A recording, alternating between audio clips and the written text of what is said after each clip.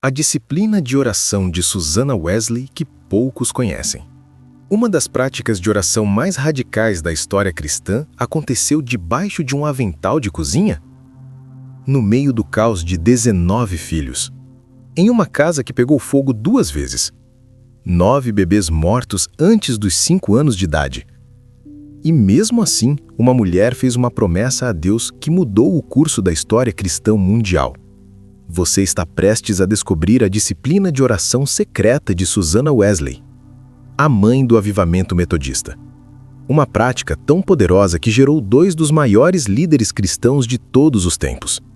Charles Wesley, que escreveu mais de 6.000 hinos, e John Wesley, principal fundador do movimento metodista, um homem usado pelo Espírito Santo para promover o avivamento na Inglaterra e outros países através da pregação de uma vida de santidade ao Senhor. Mas aqui está o que ninguém te conta. Ela não tinha privacidade, não tinha dinheiro, não tinha conforto, não tinha todo o tempo do mundo. A pergunta que fica é: então como ela fez? Fique até o final porque vou te mostrar exatamente o método que ela usou, registrado em seu próprio diário de 1718, e como você pode aplicá-lo hoje, não importa o quão caótica seja a sua vida. Parte 1. Quem foi Susanna Wesley? Contexto histórico.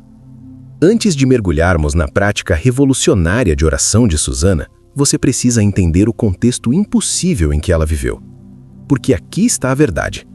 Muitos de nós usamos nossas circunstâncias difíceis como desculpa para não orar. Susanna usou as dela como combustível.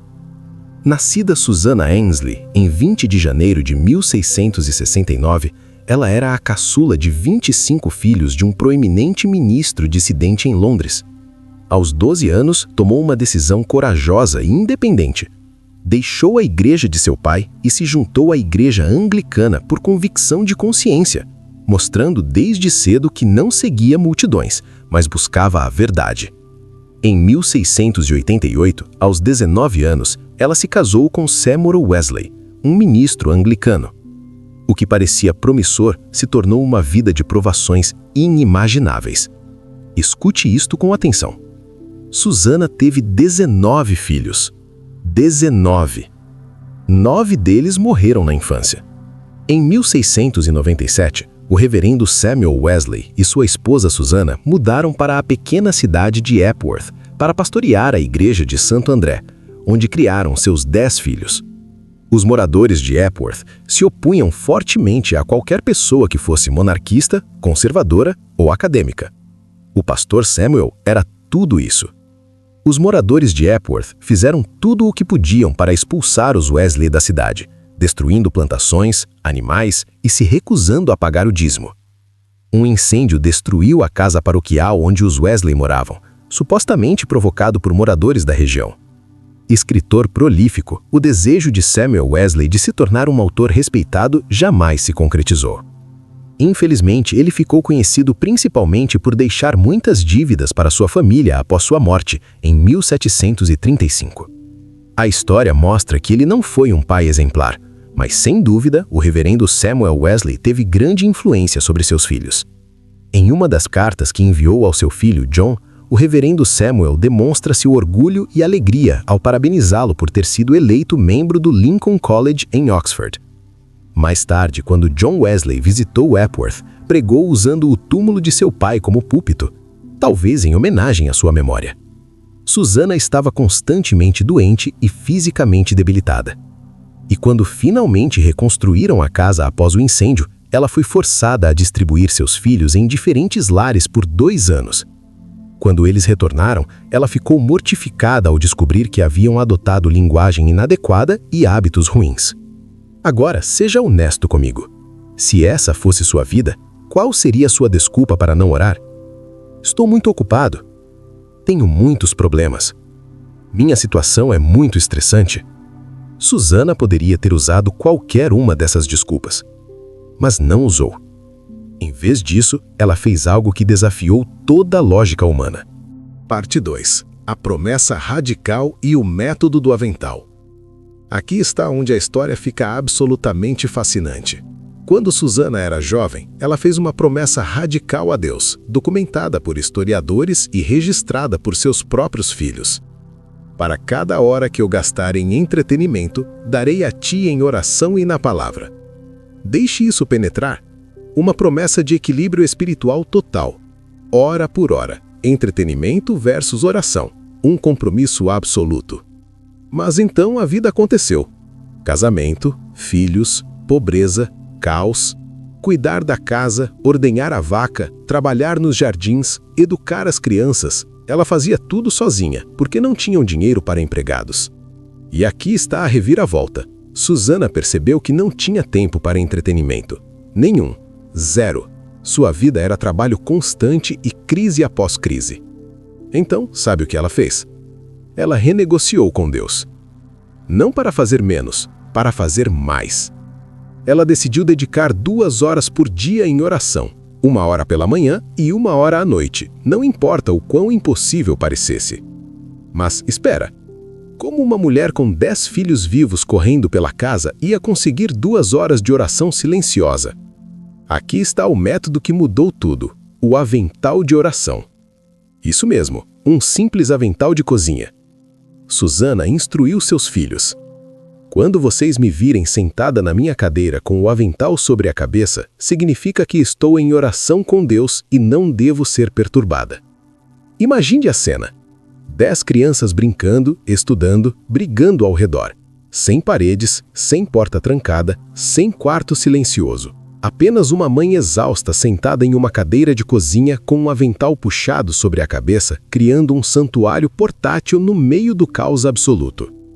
Esse avental se tornou sagrado. Era o sinal visível de um encontro invisível. Era a fronteira entre o mundo natural e o sobrenatural. Era a declaração silenciosa de que não importa o quanto o inferno tentasse distraí-la, ela tinha um compromisso com o Rei dos Reis. Mas não era apenas sobre encontrar um lugar. Era sobre o que ela fazia durante aquelas 2 horas. Parte 3. O método completo. Os meios e caminhos da religião. Em 1718, Susana Wesley mantinha um diário devocional detalhado, que sobreviveu até hoje e está preservado no Wesley College em Bristol, Inglaterra.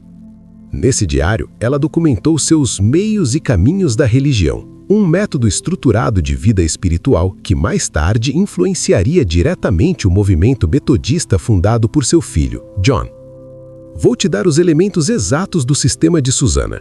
Preste muita atenção, porque isso não é teoria vaga, são práticas concretas e testadas. Elemento 1. Leitura espiritual estruturada. Susana não lia aleatoriamente. Ela era extremamente bem lida e educada para os padrões da época. Suas citações e referências incluíam John Locke, Blaise Pascal, George Herbert, Thomas A. Kempis, Richard Baxter, Richard Lucas e teólogos contemporâneos. Ela lia teologia, filosofia, literatura devocional, tudo isso antes de orar para preparar sua mente e alinhar seus pensamentos com a verdade. Elemento 2. Meditação profunda com base na Palavra de Deus.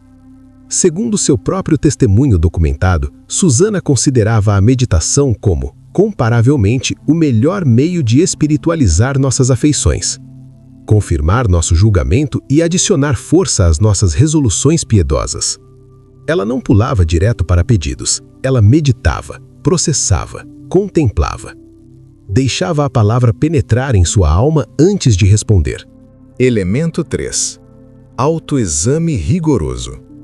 Aqui está algo que a maioria dos cristãos modernos evita como praga. Autoexame honesto e brutal. Susana recomendava fazer um exame de consciência no mínimo 3 vezes ao dia. 3 vezes por dia.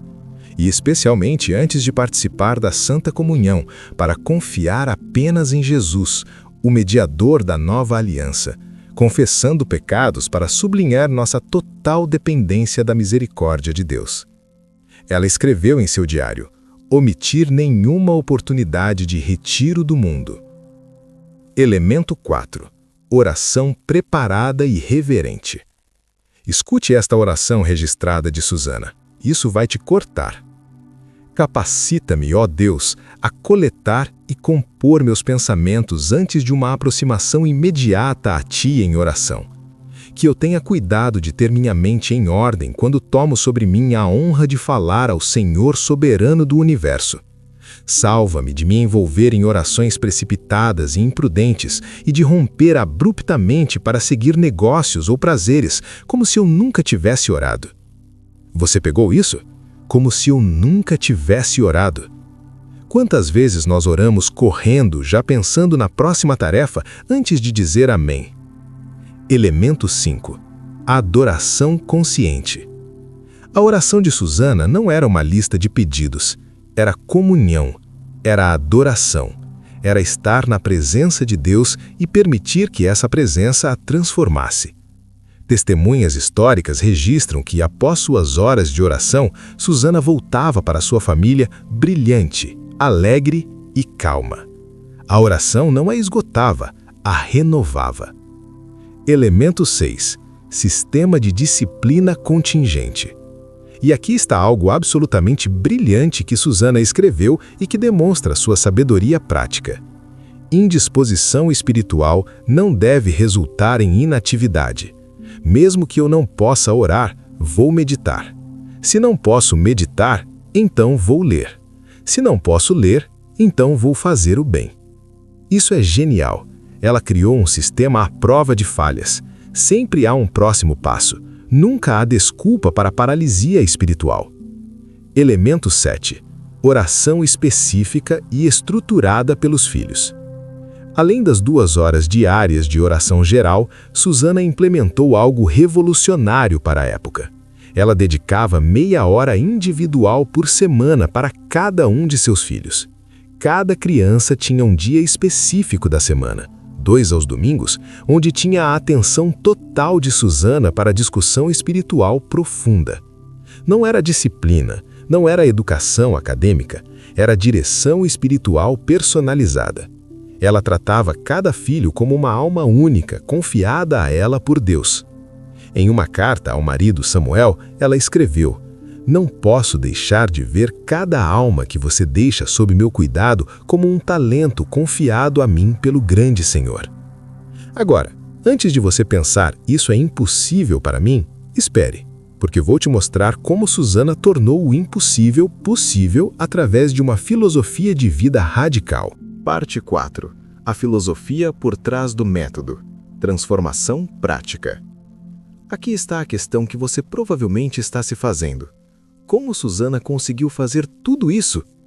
A resposta está em 3 princípios fundamentais que ela viveu e que a maioria de nós ignora completamente. Princípio 1. Transformar tarefas domésticas em atos religiosos. Susana tinha uma visão teológica radical herdada da tradição puritana. Tudo na vida pode e deve ser santificado. Ela criou um cronograma cuidadosamente ordenado, onde até tarefas domésticas se tornavam atos religiosos. Cozinhar não era apenas cozinhar. Limpar não era apenas limpar. Ensinar não era apenas ensinar. Cada ato era uma oferenda. Cada momento era uma oportunidade de glorificar a Deus. Isso mudou completamente como ela via suas responsabilidades. Não eram interrupções da vida espiritual, eram expressões da vida espiritual. Pense nisso. Quando você transforma lavar louça em adoração, você não está mais tentando encontrar tempo para Deus. Você está com Deus o tempo todo.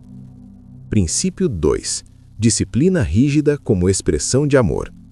Susana era fanática por estrutura. Seus filhos aprendiam o alfabeto completo no primeiro dia de aula, aos 5 anos. As aulas aconteciam das 9 ao meio-dia e das 14 às 17 horas, 6 dias por semana. Ela tinha regras claras para tudo. E aqui está o choque. Ela não via disciplina como opressão, ela via como libertação. Ela dizia que a autodisciplina era essencial para uma vida devocional consistente.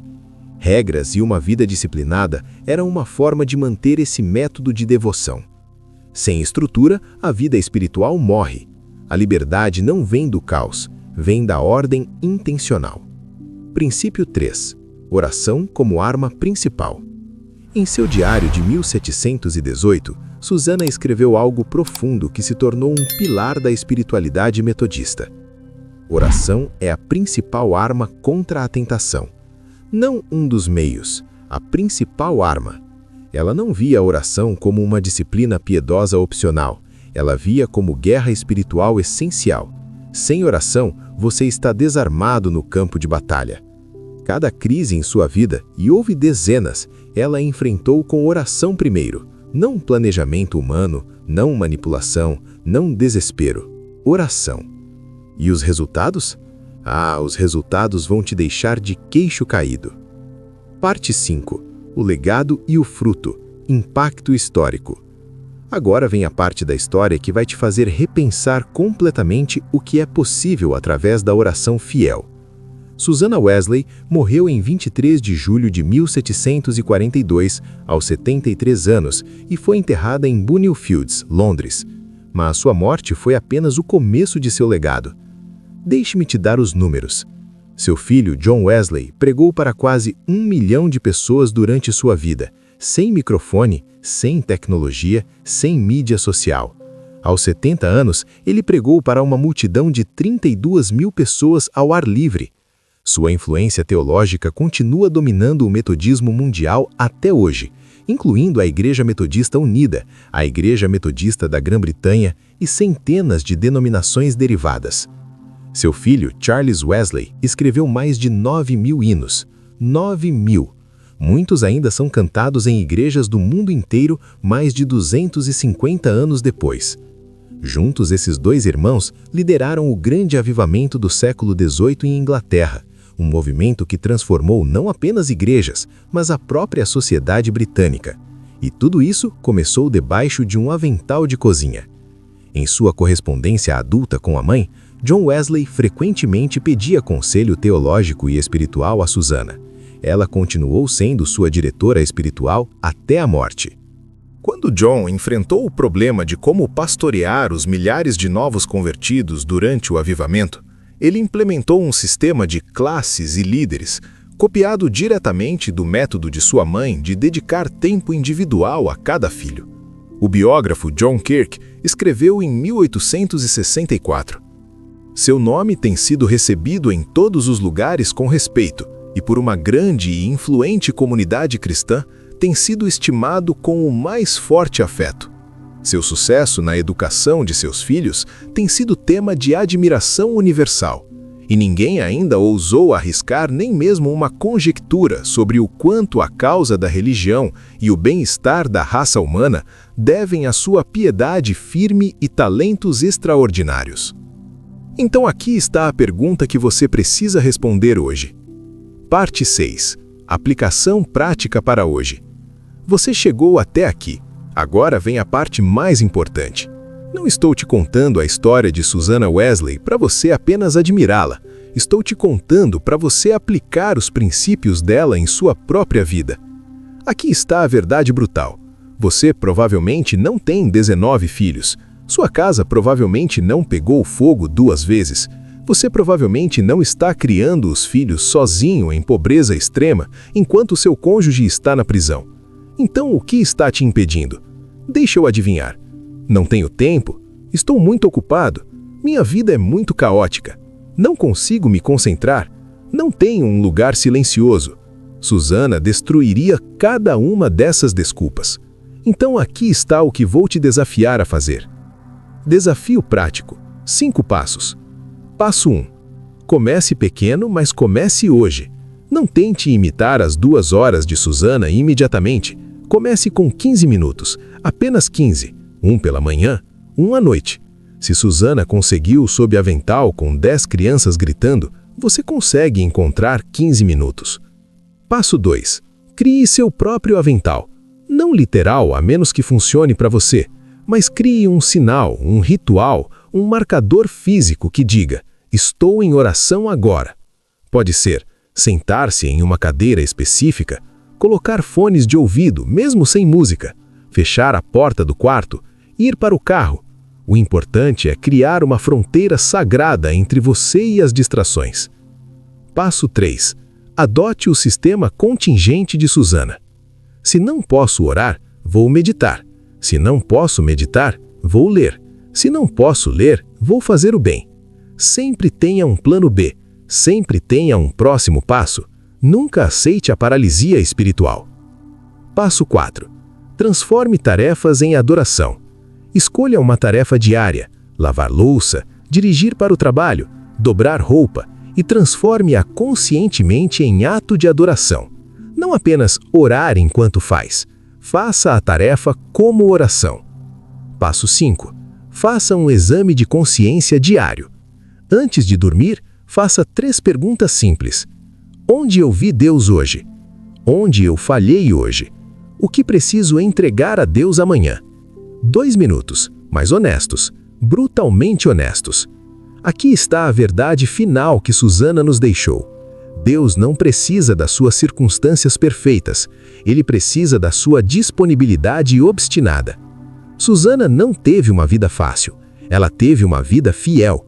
E essa fidelidade, praticada debaixo de um avental sujo de cozinha no meio do caos absoluto, mudou o mundo.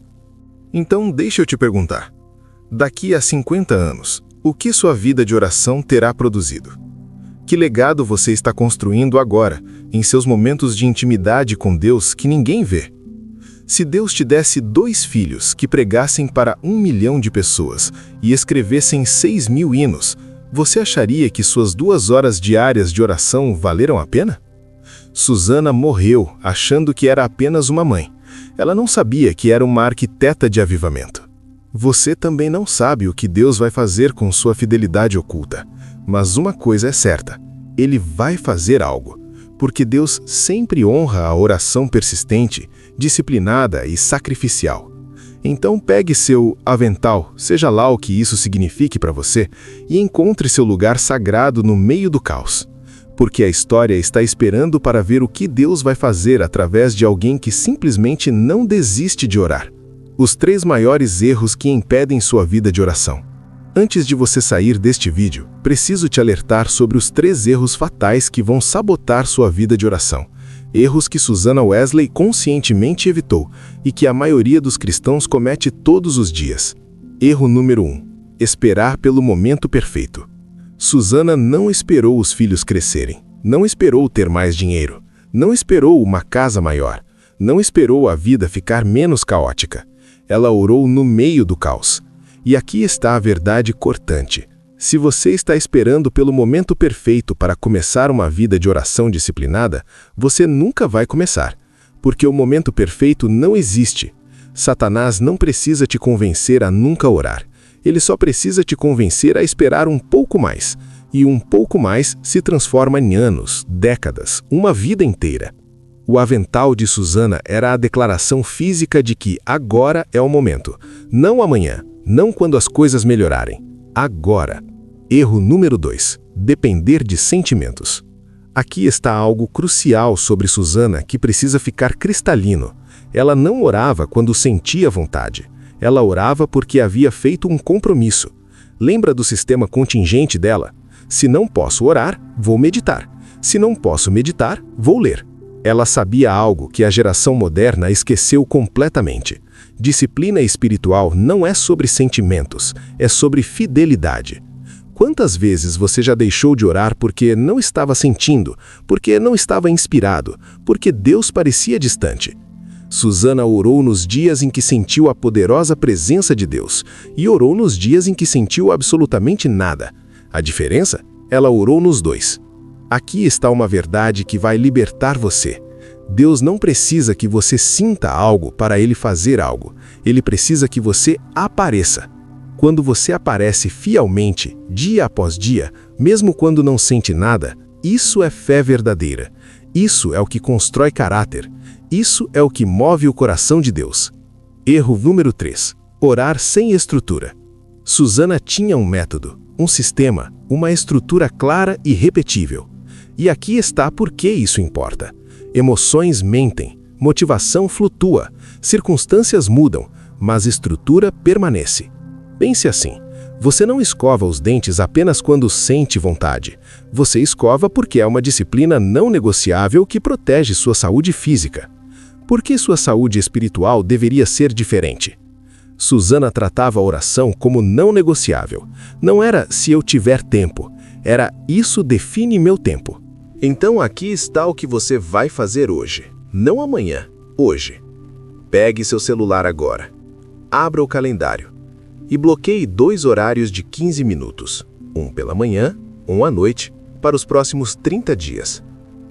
Trate esses compromissos como você trataria uma consulta médica importante. Porque são consultas com o médico das suas almas. E quando, não se, mas quando você sentir vontade de pular, lembre-se da mulher debaixo do avental. 9 bebês mortos, casa em chamas, pobreza. E mesmo assim, ela não pulou, nem um dia. Se ela conseguiu, você consegue. Quero terminar te contando sobre uma carta específica que Susana escreveu para seu filho John em 1725, quando ele tinha 22 anos e estava na Universidade de Oxford. Nessa carta, ela não falou sobre teologia complexa. Ela não deu conselhos ministeriais sofisticados. Ela compartilhou algo muito mais simples e muito mais poderoso. Ela escreveu: dedique 2 horas em cada dia, privadamente, em devoção. Que nenhum compromisso ou empresa humana seja tão urgente que o obrigue a abreviar suas devoções. Ore com todos os seus poderes e capacidades, e Cristo certamente se tornará sua sabedoria, sua justiça e santificação, e redenção completa. John Wesley guardou essa carta pelo resto da vida, e seguiu esse conselho pelo resto da vida. Às 4 horas da manhã, todos os dias, por décadas, John Wesley orava. Não importava onde estava, não importava o que estava enfrentando, não importava como se sentia. E sabe o que é absolutamente arrepiante? Quando John estava com 87 anos, um ano antes de morrer, alguém perguntou qual foi o segredo de sua vida extraordinária. Ele respondeu com uma palavra: método. Método, não milagres, não momentos místicos especiais. Método. O mesmo método que sua mãe havia lhe ensinado debaixo de um avental de cozinha décadas antes. Agora entende por que o movimento que John fundou se chama metodismo? Não era sobre emoções, era sobre método, estrutura, disciplina, fidelidade diária e implacável. E aqui está a pergunta que vai te perseguir depois deste vídeo.